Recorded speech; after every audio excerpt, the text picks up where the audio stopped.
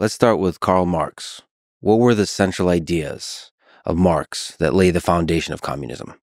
I think there were several key ideas that Marx deployed that were destined to have such an impact. And in some ways, they were actually kind of contradictory. On the one hand, Marx insisted that history has a purpose, that history is not just random events, but that rather it's history, we might say, with a capital H, history moving in a deliberate direction, history having a goal, a direction that it was predestined to move in. At the same time, in the Communist Manifesto, Karl Marx and his colleague Friedrich Engels also suggested that there was a role for special individuals who might, even if history was still moving in this predetermined direction, might give it an extra push, might play a heroic role in that process. And I think that these two ideas added together, the notion that there is a science of revolution that suggests that you can move in a deliberate and meaningful, rational way towards the end of history and the resolution of all conflicts, a total liberation of the human person, and that, moreover, that was inevitable, that was pre-programmed and destined in the order of things. When you add to that the notion that there's also room for heroism and the individual role, this ended up being tremendously powerful as a combination. Earlier thinkers who were socialists had already dreamt of or projected futures where all conflict would be resolved and human life would achieve some sort of perfection. Marx added these other elements that made it far more powerful than the earlier versions that he decried as merely utopian socialism. So there's a million questions I could ask there, but so on the utopian side, so there is a utopian component to the way he tried to conceive of his ideas. Yeah, absolutely. I mean, first of all, one has to stress Marx would have gotten extremely upset at this point in the conversation because to call someone a utopian was precisely to argue that you're not scientific, you're not rational, you are not laying out the iron laws of history, you're merely hoping for the best. And that might be laudable, but it was fundamentally unrealistic. That said, hidden among Marx's insistence that there are laws and structures as history moves through class conflict, modes of production towards its ultimate goal of a comprehensive final revolution that will see all exploitation overthrown and people finally being freed from necessity.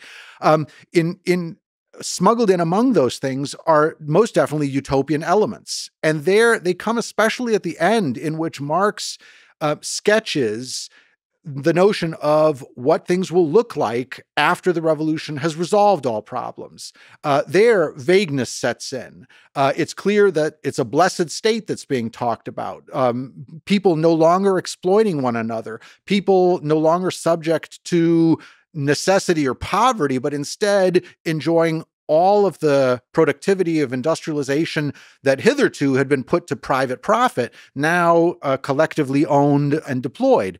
The notion that one will be able to work at one job in the morning and then engage in leisure activity or yet another fulfilling job in the afternoon, all of this free of any contradictions, free of necessity, free of the sort of ordinary irritations that we experience in our ordinary lives. That's deeply utopian.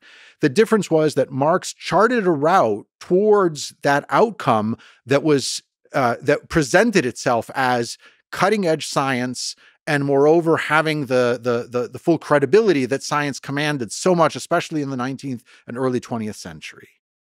So there is a long journey from capitalism to communism that includes a lot of problems. He thought once you resolve the problems, all the complexities of human interactions, the friction, the problems will be gone. To the extent that they were based on inequalities and on man's exploitation of man, the result was supposed to be a resolution of all of this. And inevitably, when you talk about the history of communism, you have to include the fact that this often tragic and dramatic history produced a lot of jokes that were in part reactions sometimes to the ideological claims made by people like Marx. And one of the famous jokes was that, what's the difference between capitalism and communism? And the joke's answer was capitalism is the exploitation of man by man, and communism is the exact opposite. Yeah, you actually have a lecture on humor. Yeah, I love it. And you deliver in such a dry, beautiful way.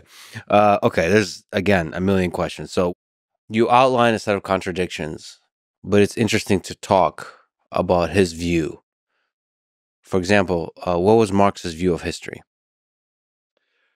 Marx had been a student of Hegel, and Hegel, as a German idealist philosopher, had announced very definitively that history has a purpose. History is not a collection of random facts. And as an idealist, he proposed that the true movement of history, the true meaning of history, what made history history with a capital H, something that's transcendent and meaningful, was that it was the working out of an idea through different civilizations, different stages of historical development. And that idea was the idea of human freedom. So it was not individuals or great thinkers alone making history and having an impact. It was the idea itself striving to come to fruition, striving to come to an ever more perfect realization. In the case of Hegel, in this very Prussian and German context, he identified the realization of freedom also with the growth of the state, because he thought that governments are the ones that are going to be able to deliver on laws and on the ideal of a state of the rule of law, in German, the Rechtsstaat. That was a noble dream. At the same time, as we recognize from our perspective, state power has been put to all sorts of purposes besides guaranteeing the rule of law in our own times. What Marx did was to take this characteristic insistence of Hegel that history is moving in a meaningful and discernible way towards the realization of an idea and flipped it on its head. Marx insisted that Hegel had so much that was right in his thinking, but what he had neglected to keep in mind was that, in fact, history is based on matter. So hence dialectical materialism, the dialectical referring to things proceeding by clashes or conflict towards an ever greater realization of some essential idea. And so Marx adapts a lot of ideas of Hegel. You can recognize entire rhetorical maneuvers that are indebted to that earlier training, but now taken in a very different direction. What remained, though, was the confidence of being on the right side of history. And there are few things that are as intoxicating as being convinced that your actions not only are right in the abstract, but are also destined to be successful. And also that you have the rigor of science backing you in your journey towards the truth. Absolutely. I mean, so Engels, when he gives the graveside eulogy for his beloved friend Marx, claims that Marx is essentially the Darwin of history, the Darwin of history, that he had done for the world of politics and of human history what Darwin had done with his theory of evolution, understanding the hidden mechanism, understanding the laws that are at work and that make that whole process meaningful rather than just one damn thing after another. What about the sort of famous line that history of all existing societies is the history of class struggles? So what about this conception of history as a history of class struggle? Well, so this was the motive force that Karl Marx and Engels saw driving the historical process forward. And it's important to keep in mind that class conflict doesn't just mean revolutions, revolts, peasant uprisings.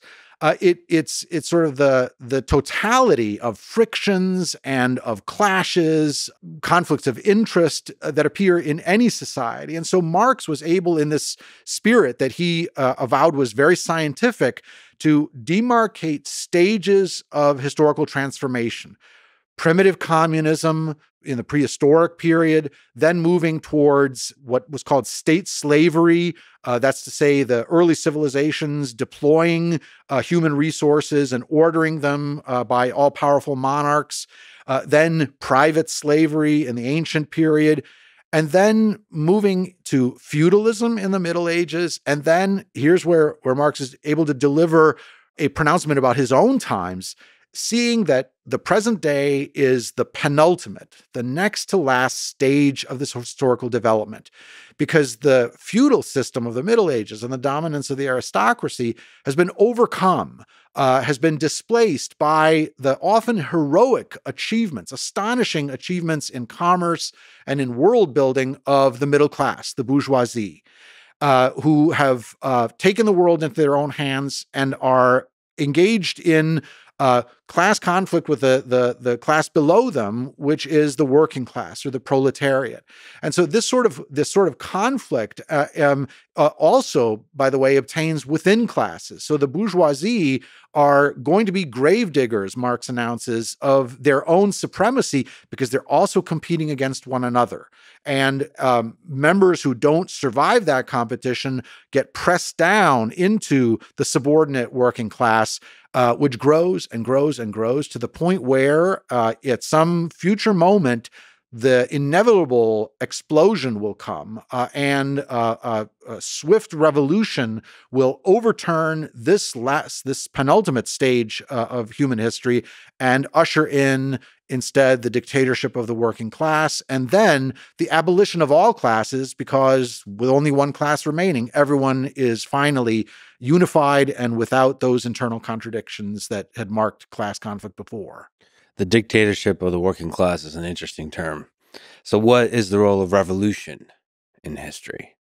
So this in particular for Marx, I think, is a really key moment, which is what makes that such a good question. In his vision, the epic narrative that he's presenting to us, revolution is key. It's not enough to have evolutionary change. It's not a question of compromises. It's not a case of bargaining or balancing interests.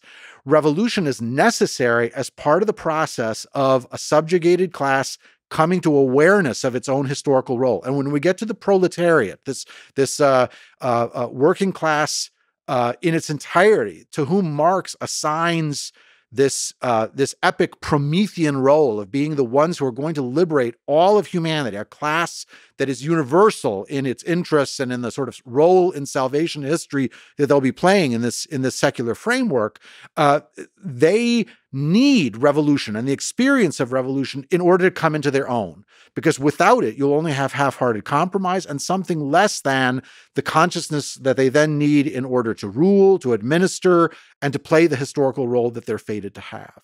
How did he conceive of a revolution, potentially a violent revolution, stabilizing itself into something where the working class was able to rule? That's where things become a good deal less detailed in his and Engels' accounts. The answer that they proposed in part was, this is for the future to determine. So all of the details will be settled later. I think there was allied to this was a tremendous confidence in some very 19th century ideas about how society could be administered and what made for orderly society. In a way where if the right infrastructure was in place, you might expect society to kind of run itself without the need for micromanagement from above. And hence, we arrive at Marx's tantalizing promise that there will be a period where it'll be necessary to have centralized control. And there might have to be, as he puts it, despotic inroads against property in order to bring this revolution to pass. But then afterwards, the state, because it represents everybody, rather than representing particular class interests that are in conflict with other classes, the state will eventually wither away. So there won't be need for it. Now, that's not to say that pure stasis arrives, right? Or that the stabilization equals being frozen in time. It's not as if that is what things will look like. But instead, the big issues will be settled. And henceforth, people will be able to enjoy lives of, as he would consider it, in authentic freedom, without necessity, without poverty, as a result of this blessed state that's been arrived at. Despotic inroads against property. Did he elaborate on the despotic inroads? dispossession of the middle classes and of the bourgeoisie. In his model, humanity is never standing still, right? So he'd probably argue in this dynamic vision of how history unfolds that there's always conflict and it's always moving, propelling history forward towards its predestined ending. In the way he saw this climax was that as things did not stay the same, the condition of the working class was constantly getting worse, and hence their revolutionary potential was growing. And at the same time, the expropriators, the bourgeoisie, were also facing diminishing returns as they competed against one another with more and more wealth concentrated in fewer and fewer hands, and more elements of what had been the middle class detached from the ruling class and being pressed down into the working class. For Marx, this is really a key part. I mean, it's a key part of this whole ratchet effect that's going to produce this final historical explosion. And in German, the word given to that process was Verelendung, which is very evocative. Elend means misery. So it's the growing misery. When this gets translated into English, the results are never quite as evocative or satisfactory. The words that get used are immiserization or pauperization, meaning more and more people are being turned into paupers. But for Marx, that prediction is really key. And even in his own lifetime, there were already hints that, in fact, if you looked sociologically at the really developed working classes in places like Great Britain or Germany, that process was not playing out as he had expected. In fact, although there had been enormous dislocations and tremendous suffering in the early chaotic sort of Wild West stages of capitalism and of industrialization, there had been reform movements as well. And there had been unions which had sought to carve out rules and agreements with employers for how the conditions under which workers labored might be ameliorated. Moreover, the middle class, rather than dwindling, seemed to actually be strengthening and growing in numbers. The appearance of new kinds of people like white-collar workers or technical experts. So already in Marx's own lifetime, and then especially in what follows Marx's lifetime, this becomes a real problem because it puts a stick into the spokes of this particular historical prediction.